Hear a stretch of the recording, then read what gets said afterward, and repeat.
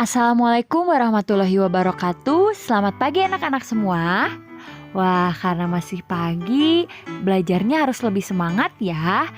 Hari ini kita akan belajar PPKN, meneruskan materi yang sudah kita pelajari 2 minggu yang lalu. Nah, adapun materi yang akan kita bahas pada kesempatan kali ini adalah tentang Persatuan dan Kesatuan Negara Republik Indonesia. Ada di buku paket bab 4 ya. Seperti biasa, sebelum memulai pembelajaran hari ini, mari kita ucapkan bismillah terlebih dahulu. Bismillahirrohmanirrohim. Poin pertama yang akan kita bahas pada bab ini adalah tentang Kebangkitan Nasional Indonesia. Nah, seperti yang sudah kita ketahui bahwa negara kita ini memiliki sumber daya alam yang sangat melimpah ya anak-anak. Sehingga dari zaman dulu banyak sekali negara asing ingin menguasai kekayaan yang dimiliki oleh negara Indonesia ya, untuk kepentingan negaranya masing-masing. Nah, pada awal abad ke-16, Portugis, Spanyol, dan Belanda pernah menguasai Indonesia. Untuk apa coba? Tujuannya tidak lain adalah untuk mendapatkan kekayaan alam yang dimiliki oleh Indonesia. Karena begitu, rakyat Indonesia pun berusaha untuk melawan. Nah, perlawanan dilakukan hampir di setiap daerah yang ada di Indonesia. Namun, karena belum adanya persatuan secara nasional, maka perlawanan yang dilakukan oleh rakyat Indonesia itu dapat dikalahkan oleh para penjajah. Anak-anak, berbagai kegagalan yang dihadapi oleh pejuang di Indonesia lama-kelamaan menimbulkan kesadaran untuk dapat mengubah strategi perjuangan. Nah, pergerakan nasional diawali dengan berdirinya organisasi Budi Utomo ya, yang beranggotakan para pelajar Stopia. Nah, Budi Utomo ini resmi berdiri pada tanggal 20 Mei 1908 yang diketuai oleh Dr. Sutomo. Berdirinya organisasi Budi Utomo ini menandai periode kebangkitan nasional, sehingga beberapa tahun kemudian bermunculanlah organisasi-organisasi yang lainnya, seperti Serikat Dagang Islam, Partai Nasional Indonesia, dan lain sebagainya. Nah, yang kedua adalah Semangat Sumpah Pemuda. Berdasarkan inisiatif dari Perhimpunan Pelajar-Pelajar Indonesia, itu diadakan Kongres Pemuda II pada tanggal 27 sampai 28 Oktober. Nah, Kongres Pemuda II ini merupakan kelanjutan dari Kongres Pemuda I yang diadakan oleh berbagai perkumpulan pemuda yang ada di Indonesia. Nah, hasil dari Kongres Pemuda II ini adalah Teks Sumpah Pemuda. Anak-anak tentu sudah tahu ya isi dari Sumpah Pemuda. Nah, di sini Ibu memiliki Teks Sumpah Pemuda. Yuk, sekarang kita bacakan dulu ya teksnya. Anak-anak ikuti Ibu di rumah ya.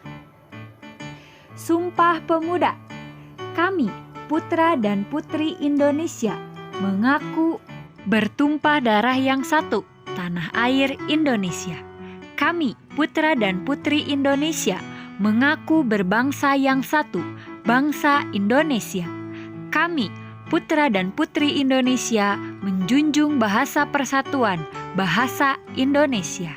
Nah, anak-anak, itulah isi dari Teks Sumpah Pemuda.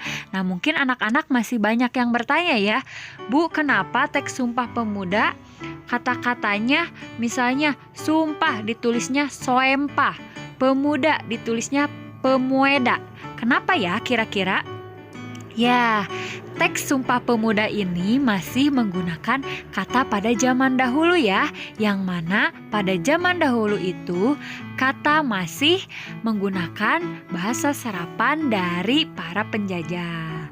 Nah, selanjutnya yang ketiga adalah bentuk Negara Kesatuan Republik Indonesia. Nah, anak-anak, setelah Indonesia merdeka, Indonesia ini mengesahkan Undang-Undang Dasar 1945 yang mana isinya itu mengatur bentuk negara dan bentuk pemerintahan Indonesia.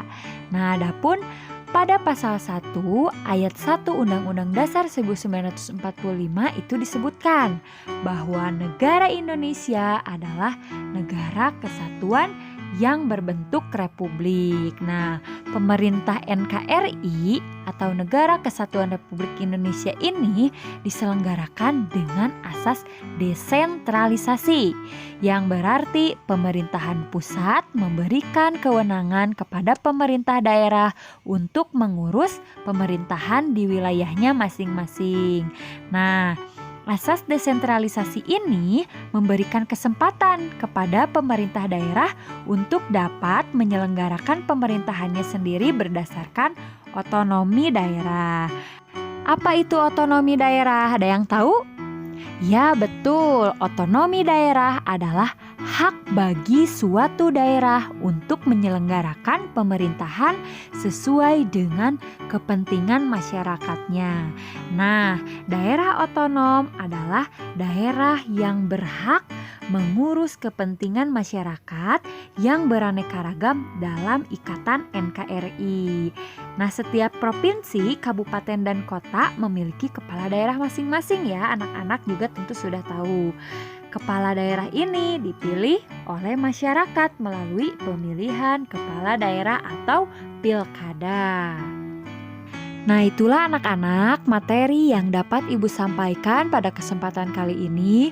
Mudah-mudahan anak-anak dapat memahami materinya dengan baik. Tidak ada tugas ya untuk hari ini. Ibu cukupkan sekian. Wabillahi taufiq wal hidayah. Wassalamualaikum warahmatullahi wabarakatuh.